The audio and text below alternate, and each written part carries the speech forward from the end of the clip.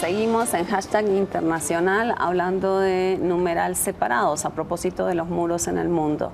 Frédéric, tú ibas a hacer un comentario. Sí, a complementar. Yo creo que hay un montón de muros invisibles o de barreras invisibles que tienen que ver con, por razones religiosas, por razones étnicas, por razones de poder adquisitivo. Y en muchas ciudades, en muchos países existen esos muros. En los barrios la gente no va a cruzar este muro, aunque no existe físicamente. La gente tiene miedo y sabe que no puede cruzar este muro. Yo creo que cuando los estados o cuando las ciudades o los ciudadanos vuelven a construir físicamente un muro, es no solamente para decir que hay una barrera, hay un muro invisible, o había un muro invisible, pero este muro invisible ya no es suficiente. Quieren simbólicamente mostrar que hay una separación, porque en los hechos, el muro como tal siempre se puede pasar del otro lado, a un costo a veces muy alto, pero la eficiencia como tal del muro no es muy alta. Entonces hay una voluntad simbólica de mostrar la diferencia y hay un reconocimiento implícito de parte de los gobiernos o de los gobernadores de que la barrera simbólica ya no es suficiente. Hay que mostrar algo, hay que mostrar un resultado para los ciudadanos. Pero Ricardo, cuando comenzó hablando de la expresión más brutal, que es, digamos, construir el muro, ¿no? La expresión más brutal. De una frontera. De una frontera. Digamos, a ver si puedo hacer la pregunta. Lo que parece el muro es que tiene algo de histriónico. Hay algo de escenografía visual como para mostrar que hay un estado de emergencia permanente, que hay que... ¿Ustedes lo ven así? Como algo de exageración, un poco en relación a lo que estaba planteando pero si hay algo dramático en ello, en su representación, es decir, no solo como hecho físico, sino como representación, es la cerración, es la obturación de horizonte. Es decir, un muro, ¿qué es lo que representa? Obturar el horizonte, que es el derecho a la vista. ¿El horizonte qué es? Es el derecho a la vista y a concebir otras cosas más allá del punto en el que está uno. El muro, me parece a mí, que representa en ese sentido el hecho de obstruir totalmente ese horizonte. Es la demostración de que se cierra el horizonte para demostrarle al otro que se le cierra la posibilidad de entrar en relación conmigo, lo que significa al mismo tiempo que yo, que establezco el muro, me cierro también el horizonte frente al otro, lo que significa ni más ni menos una metáfora brutal de la exclusión mutua. Ese es el muro. El muro, ¿qué significa finalmente en una institución? La prisión. La prisión es la que establece muros, y no solo muros, sino muros elevados para poder justamente castigar con ese encerramiento, y lo que significa es la posibilidad de condiciones muchas veces inhumanas en esa prisión, de ahí que muchas veces haya justamente toda una digamos reivindicación de la sociedad porque al interior de los muros en una cárcel haya condiciones digamos dignas de existencia, porque es que el muro justamente permite eso, de manera que en mi opinión es el cerrar el horizonte, o sea, el cerrar la posibilidad del otro, cerrándose el uno mismo. Eso fue lo que sucedió en el muro de Berlín. Sí, se cerró frente al otro, pero se cerraron ellos mismos. Pero es más perverso, porque no será el horizonte, permite ver del otro lado. Los muros hoy en día son mallas, tú ves exactamente lo que está del otro lado. Tú sabes lo que existe, y es más perverso en qué sentido, porque precisamente yo te dejo ver dónde vivo, cómo vivo, pero no te dejo pasar. Entonces no es solamente cerrar el horizonte visible, es dejar ver lo que está, pero marcar la diferencia y decir, tú estás allá, tú me ves, estoy acá, somos diferentes, pero no vas a pasar. Entonces yo estoy de acuerdo contigo, pero no es solamente cerrar y poner un muro que no permite ver lo que pasa. Creo que hay una perversidad en el muro. Cuando yo digo negar el horizonte, es una forma metafórica de no ver al otro en sus posibilidades. Ahora hacías una pregunta que me parece muy pertinente, y es, vemos que en la mayoría los muros están dividiendo y estableciendo límites entre estados. Y yo lo veo ya en ese dramatismo que ustedes muy bien refieren, que es una especie de grito desesperado de los aparatos estatales para evitar que siga aumentando esa digamos, ese desvanecimiento paulatino que hace unos años venía generando la figura del Estado. El concepto de soberanía hoy se estaba relativizando, o se está relativizando de una forma impresionante. Y si bien es cierto, encontramos muchas barreras, unos controles absolutos en las fronteras, esos excesos migratorios, de alguna u otra manera encontramos como en las relaciones entre los estados está cambiando esa visión interestatal para ser en verdad una visión internacional, y se estaban rompiendo paradigmas en cuanto a esa visión clásica del Estado que todo lo permite. Pues bien, encontramos en algunos ejemplos cómo en realidad esa soberanía relativizada ha permitido un desarrollo, un avance. Pero cuando se establece por la excusa o con la excusa de la seguridad o con la excusa sanitaria o con una cantidad de excusas que siempre pueden existir, estamos evitando o gritando a todos los vientos que es necesario permanecer con esa figura etérea, para muchos anacrónica, que es el aparato estatal. Y la frontera entonces termina siendo la protección sobre ese territorio y termina evitando que ese avance de ir rompiendo fronteras, de ir quitando esos controles, termine permitiendo, digamos, un desarrollo más que piense en el individuo y no en esa ficción deleznable que en ocasiones termina siendo el Estado. Pero lo más curioso es que la mayoría de los muros que hay entre estados son para defenderse de actores transnacionales, el terrorismo, la inmigración, las drogas, o sea, muy pocos de estos muros son para defenderse del otro estado, del estado del otro lado. Entonces ahí parecería que hubiera como fuerzas opuestas, ¿no? Es una nueva forma de protección de soberanía. Ya no es la soberanía de yo tengo que proteger mi territorio y mi población frente a otro estado que puede agredirme, porque hoy en día la mayoría de los conflictos están más dados por otros tipos de actores y el crimen transnacional es un elemento fundamental, las migraciones ilegales, y en esa medida entonces es una protección territorial frente a dinámicas transnacionales, lo cual es un poco contradictorio, ¿no? Porque finalmente estas dinámicas superan las barreras y se trata también de trabajar de políticas públicas que sean realmente, que vayan más allá de la política estricta de un Estado y empiecen a hacerse políticas conjuntas, pero hay una gran incapacidad en la elaboración de políticas conjuntas. En la medida en que hay incapacidad para la elaboración de políticas conjuntas, pues es mucho más fácil cerrar fronteras y demostrar entonces que yo puedo ejercer mi soberanía ya no frente a ese otro estado vecino, sino frente a otras amenazas que las nuevas dinámicas nos están presionando, como estas que tú acabas de mencionar. Y lo que les quería preguntar sobre estas fuerzas opuestas es que se habla mucho de, digamos, de el poder del capital para atravesar fronteras y superar todo, y parece que el espacio económico es un espacio económico sin fronteras, un espacio completamente denacionalizado. Pero por otro lado, cuando tú planteabas el tema de la necesidad de poner el muro para crear identidades, justamente para reforzar nacionalismos locales. Entonces también parecería que estamos frente a esas dos, digamos, fuerzas opuestas, la denacionalización del espacio económico frente a la renacionalización de los nacionalismos locales, frente a digamos, a un discurso, una renacionalización del discurso político a través de los nacionalismos locales.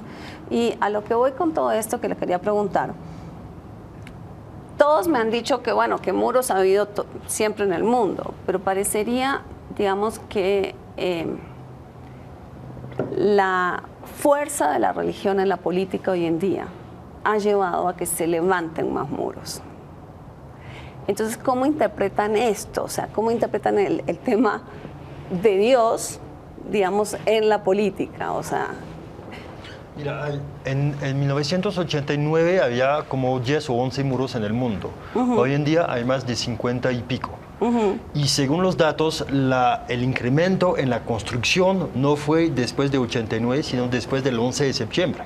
Exactamente, Entonces a eso ahí vamos. el factor religioso, yo no sé exactamente cómo explicarlo, pero hay un primer dato que aparentemente, por lo menos hay una correlación entre la construcción de muros y el miedo a unos fanatismos religiosos que no son necesariamente nuevos, pero que han tenido algunos impactos bastante importantes últimamente. Entonces yo creo que ahí hay una pista de reflexión. No soy especialista de religión, no sé exactamente cómo los muros podemos vincular el muro con la religión. Yo creo que más allá de esto, el muro no es hoy en día no es un obstáculo como tal, lo veo más como un filtro.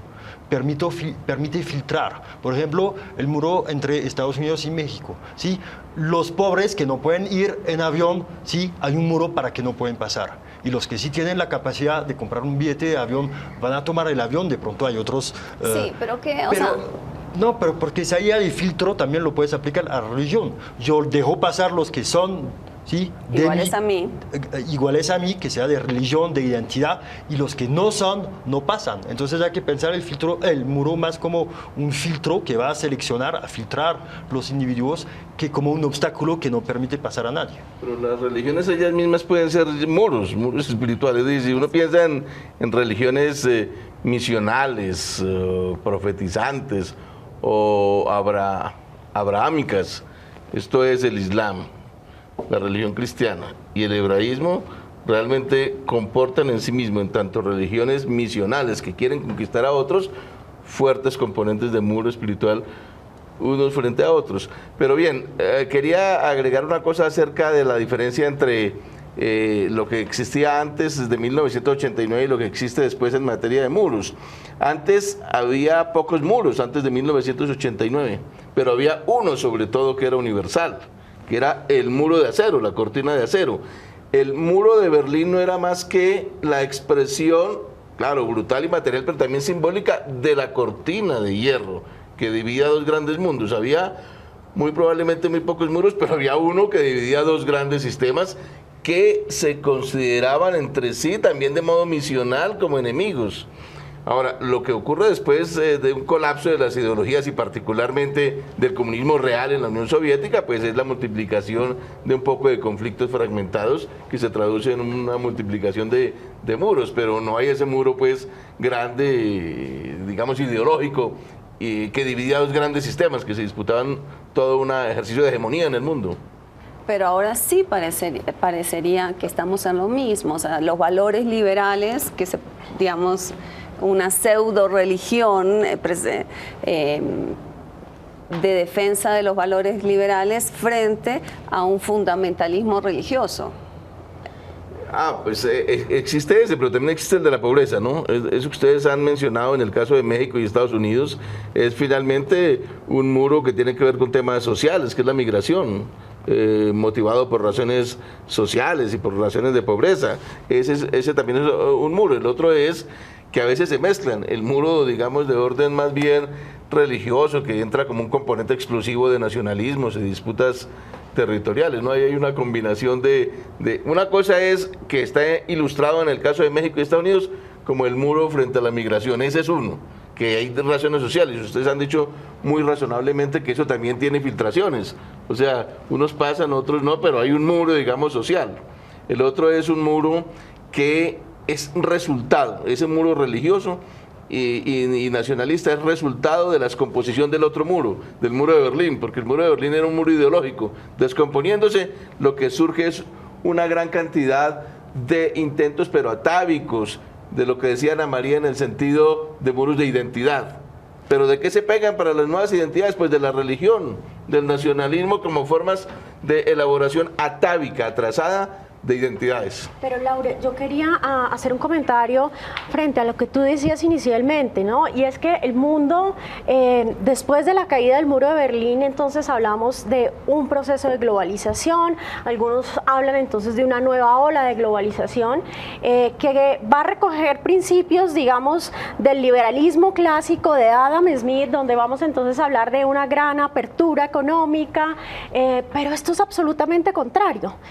Y yo creo que ese es un elemento fundamental que debemos revisar y es el tema por qué nos abrimos en cuanto a lo económico, y lo hablábamos antes detrás de cámaras, abrimos entonces todo hacia lo económico, pero cerramos esas migraciones, algo que es absolutamente contrario a lo que plantea Smith, que lo que va a decir es, tiene que haber también flujo de mano de obra, y acá no estamos permitiendo el flujo de mano de obra. La mano de obra barata se queda en unas regiones y no puede moverse, que es exactamente lo que hace NAFTA.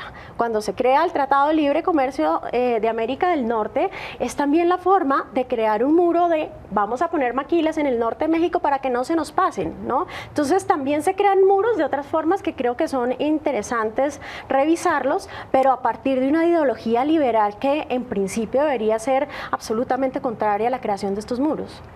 Absolutamente. Uno realmente podría pensar que, digamos, que desde Occidente esos muros, digamos, no deberían levantarse en cuanto, digamos, a la defensa de estos valores liberales, porque les quería hacer una pregunta: ¿qué significa que pueda haber democracias enmuralladas? O sea, ¿puede haber una democracia enmurallada?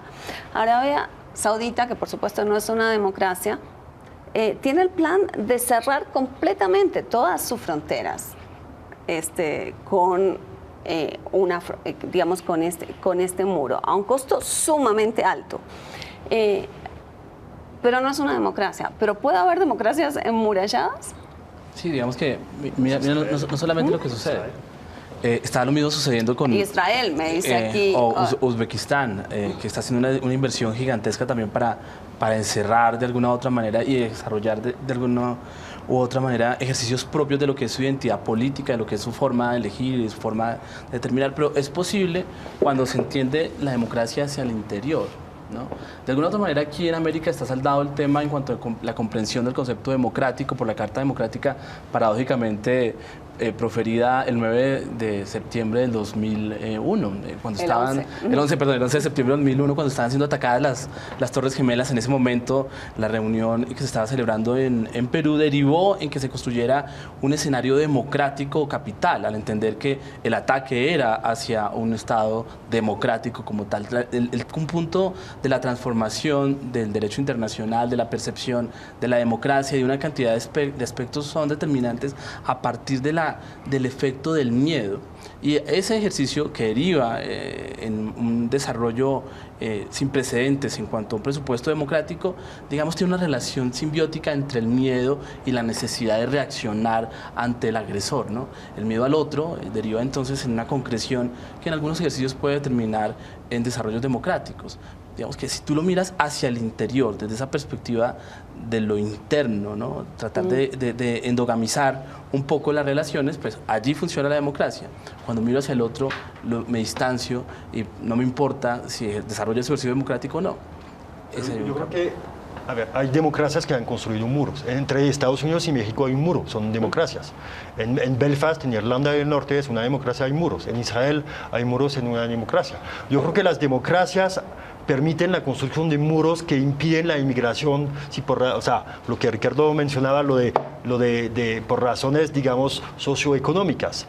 Pero pensando en vivo un poco, yo no veo una democracia construyendo un muro para protegerse del enemigo ideológico. Hoy en día, pues no sé, pues podemos mirar, pero entonces yo creo que ahí hay una diferencia entre las razones que permiten a una democracia justificar la construcción de un muro. De pronto lo justifican más por razones socioeconómicas que por razones ideológicas, porque saben que por razones ideológicas construir un muro para protegerse de un enemigo puede ser bastante ineficiente. A ver, yo quisiera hacer como esta comparación metafórica, digamos, en cuanto a muro. Una casa tiene muros, tiene paredes, pero la casa tiene puerta y tiene ventanas. Eso mejor me parece a mí una metáfora de protección, pero al mismo tiempo posibilidades de relacionarse con el otro, de dejarlo pasar como una visita, que traspase el dintel y acogerlo y después puede salir hacia su propio territorio, hacia su propia casa, que es distinto a la prisión, que establece una exclusión, digamos, frente al otro. Es la casa y la prisión. Una democracia amurallada en términos lógicos podría existir en términos defensivos, pero en la medida en que se coloque un muro alrededor de una democracia, comienza a horadarse, comienza a debilitarse los cimientos mismos de la democracia. Eso es cuando una democracia que domine a otros, pues sí puede existir, pero en la medida en que domina a otros, comienza a ver debilitados los propios principios y el propio sentido ético de su existencia como democracia. La realidad es que lo que existe, los ejemplos que ustedes han colocado, efectivamente hay formas internas de democracia, pero ¿hasta qué punto puede ser uno realmente una sociedad fundamentada en principios éticos de convivencia y en principios democráticos cuando encierra a otro pueblo?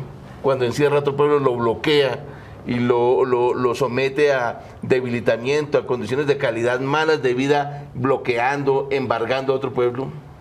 Bueno, con eso nos quedamos, nos vamos a una pausa y ya volvemos con más de Numeral Separados.